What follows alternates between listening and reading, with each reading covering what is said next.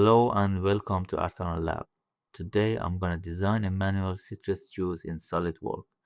Little while ago I designed and 3D printed this model and it worked really well. So I decided to share this complete CAD design process with you. Let's get started. So first select the right plane and start a new sketch. Use the line tool to draw a 45 mm vertical line and a 20 mm horizontal line. Then use a spline to smoothly connect these two lines together. This will create a main profile for the juicer.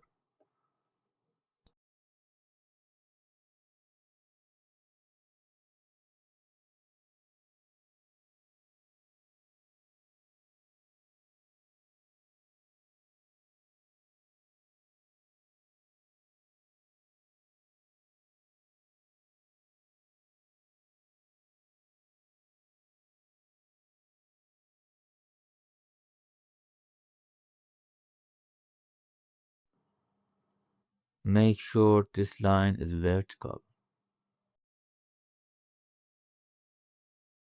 and set this angle to 69 degrees. Then set the dimension to 65 mm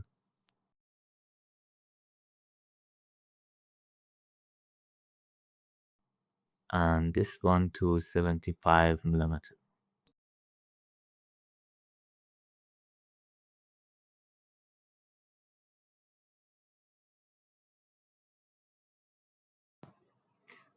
Once the sketch is complete, we go to Feature tab and use Revolve Box. Now we're going to create the surface using Revolved Surface. Again, select the right plane and start a new sketch. Draw a horizontal line, then a vertical line again, followed by another horizontal line and another vertical line. Set this vertical into 36 mm, this horizontal line to 15 mm, the next one to 10 mm, and the last one to 7 mm.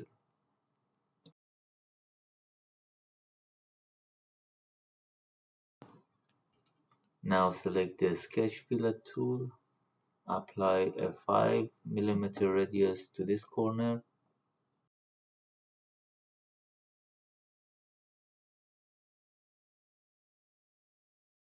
and apply a 3 radius to those two corners.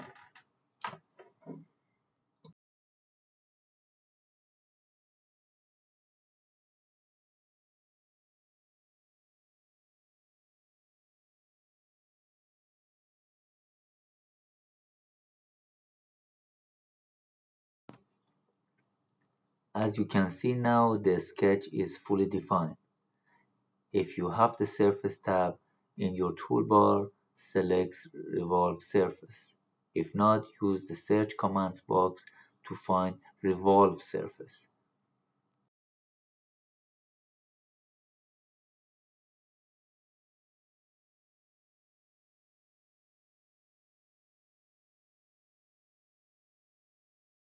Then select this center line as the axis of revolution. This is the axis the surface will revolve around, as we can see.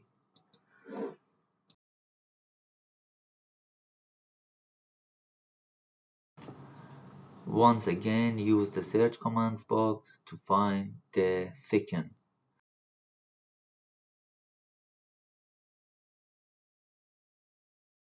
Then apply a thickness of 2 mm to the surface.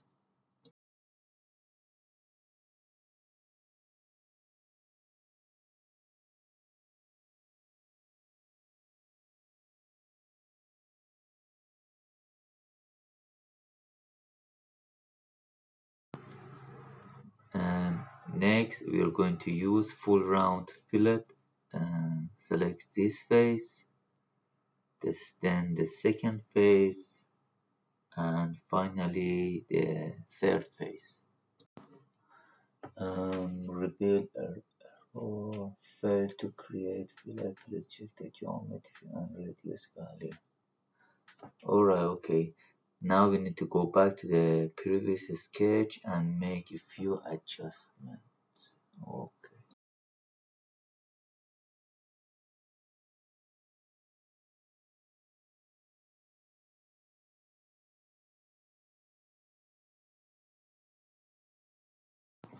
Let's change the 7 mm dimension to 5 mm. Uh, and let's do this 10 to 8 or 9. No, actually, let's leave it as it is for now and see if that resolves the error. Alright, okay. Again, use full round fillet. We can select the first phase, then the second phase, and finally a third phase. Hopefully, this time works. Select the fillet, and select this one, select this edge, change the dimension of radius to 3 mm and click yes. That's it. Perfect.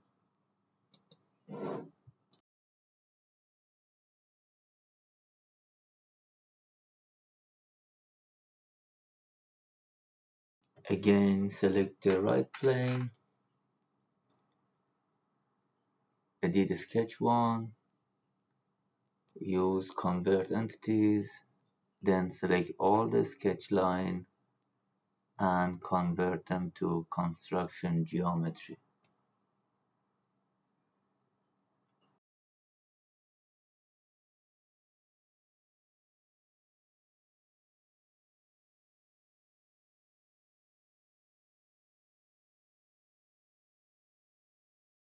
Next, draw one more construction line from here to this point and set its dimension to 8 mm.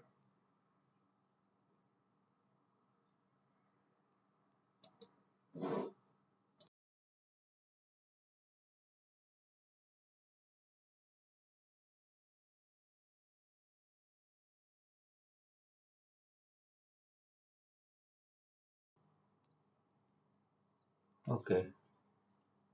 Next, select the front plane and start a new sketch.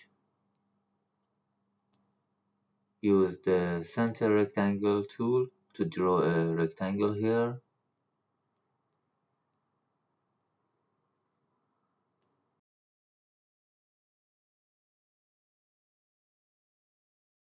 Then select this point and construction line.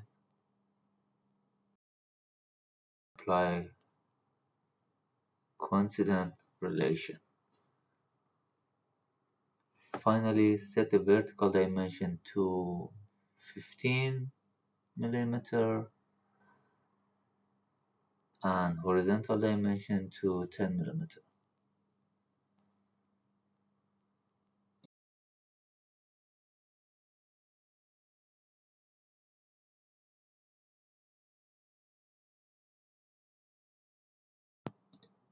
Next, select this construction point and this horizontal line, then apply a coincident relation.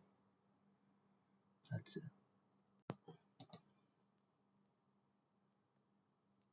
Now select all four sides of the rectangle and, and convert them to construction geometry.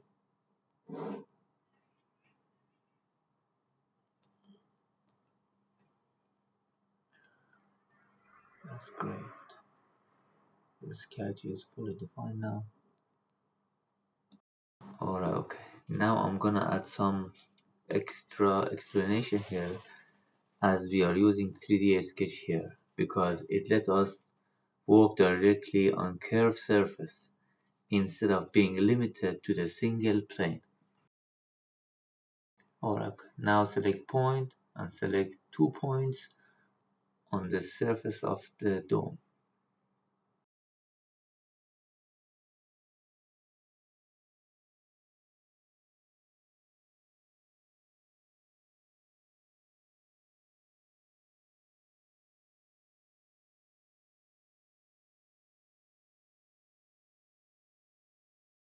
Select this construction point and this point, then apply a long Z relation.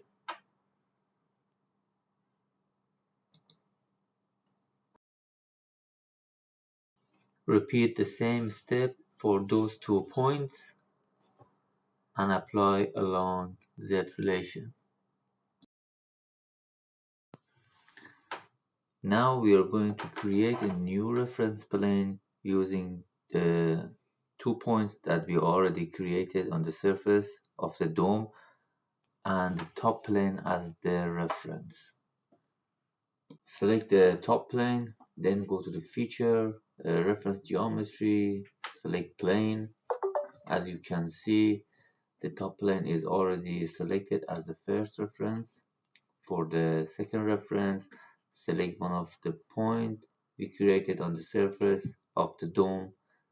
Now, as you can see, our new reference plane has been created.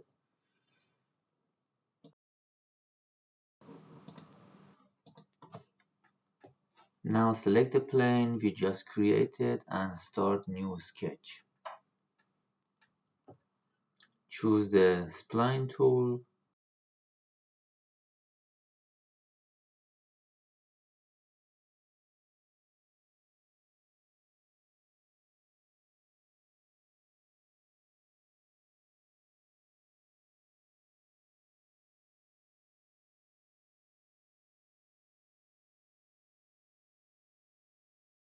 Then draw a construction line connecting these 2 points together.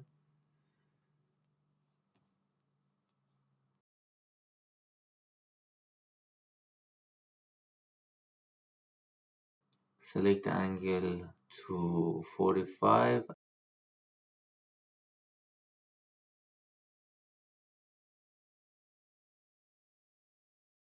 and this dimension to 20 millimeter.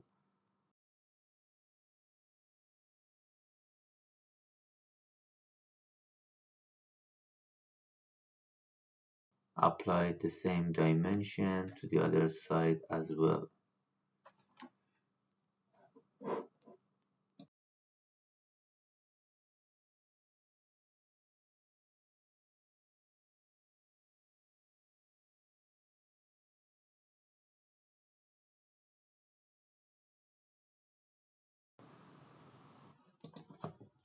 Select this point and this construction line and make the relation coincident.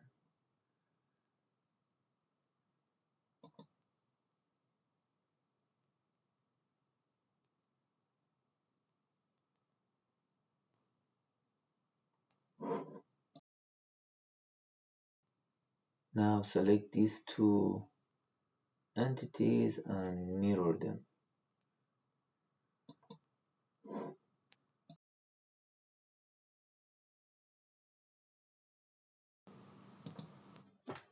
To fully define the sketch, select these 2 points and apply a coincidence relation. And for these two as well, same procedure. Perfect. Now, as we can see, the sketch is fully defined.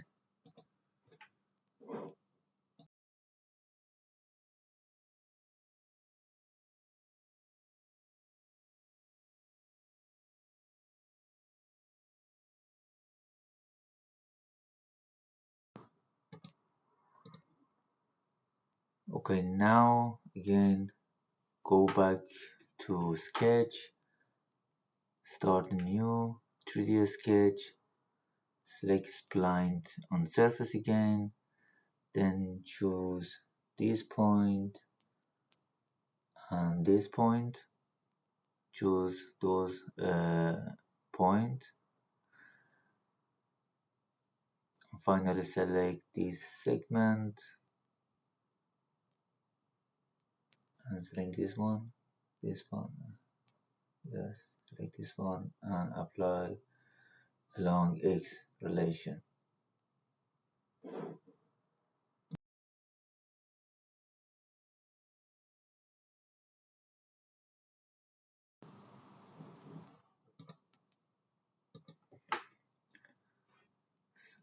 And okay,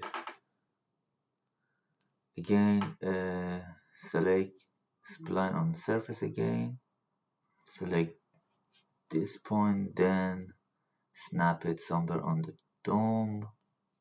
Finally select this construction line and this point and apply coincidence relation.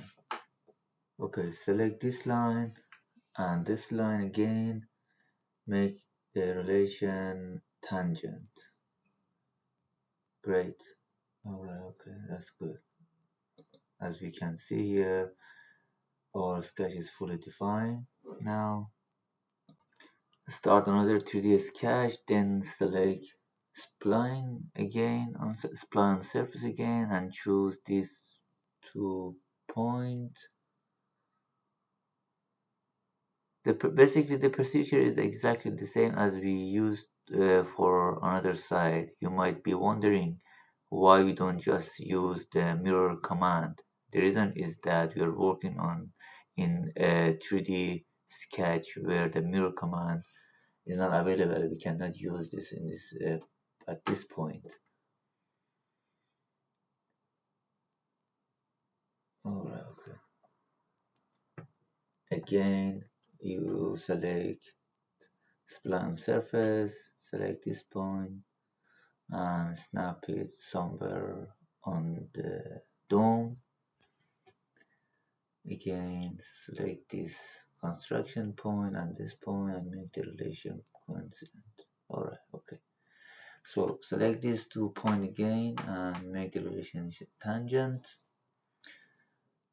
In order to make the sketch fully defined, I've used this point and this point and make a relation along y direction, and again for these 2 points and make the relationship along z direction. Perfect. Now we can see the sketch is fully defined. Select this segment and make the dimension around 17. Yes, that's good. Alright, okay. Now select right plane, sketch, point, select this point, and that's it. And again, select right plane again, sketch, and select point again, and this point. So in here we created 2 separated sketches, each contain a single point. This point will act as a kind of guide profile for the lofted cut, which we are going to use in next step, giving us precise control over where the cut starts and ends. Now we are okay. Now go to the feature tab and select lofted cut. To create the cut we need 2 things, profiles and guided curves. Okay. For the guided curve, select the 3 sketches we already created earlier, and then for the profile select sketches those 5, 8 and 9. Great. Now the cut is perfect, as we can see. From the linear pattern drop down, select a circular pattern For the pattern axis, use this center line. Then under feature, select the Lofted Cut feature and make the pattern around, let's say 10. 11, yeah, the line is perfect. Alright, I think 11 should be fine. Yes, that's good. Alright, okay, now we are in the final stage. Select this face and start a new sketch. Draw, okay.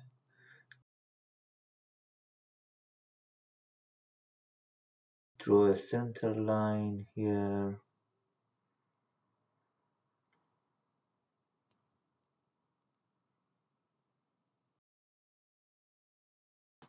Is a bit it's not clear here. Let me hide those sketches that we don't need them, right?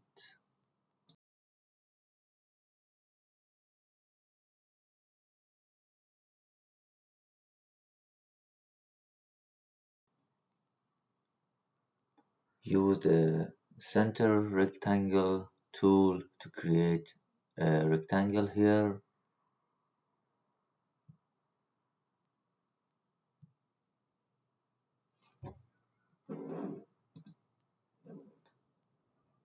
Select set this dimension to 2 mm. No, just, yeah, 2 mm. Next, use sketch fillet and apply a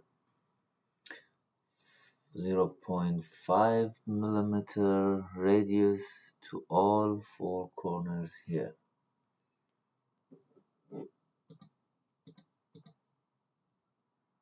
Right, great.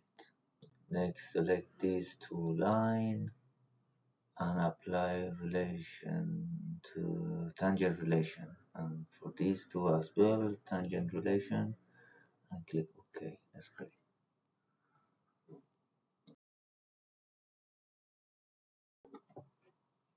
Now, the radius is 0. Yeah, that's correct. So now go to the features, extruded cut, through all, click OK. Alright. From the linear pattern drop down, select circular pattern, use the center line as the pattern axis, then select number of instances, let's say 46, 46 should be fine. Let's say 40, 50, let's see. 44 should be okay. Yeah. 42, let's say 42. That's okay. Click OK.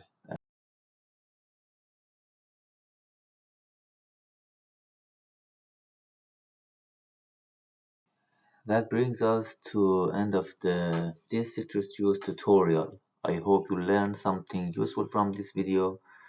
As I mentioned earlier in this video, I have already 3D printed this design and it works really well. Since most drinking glass have a similar rim diameter, you can use it with almost any standard glass to enjoy freshly squeezed juice.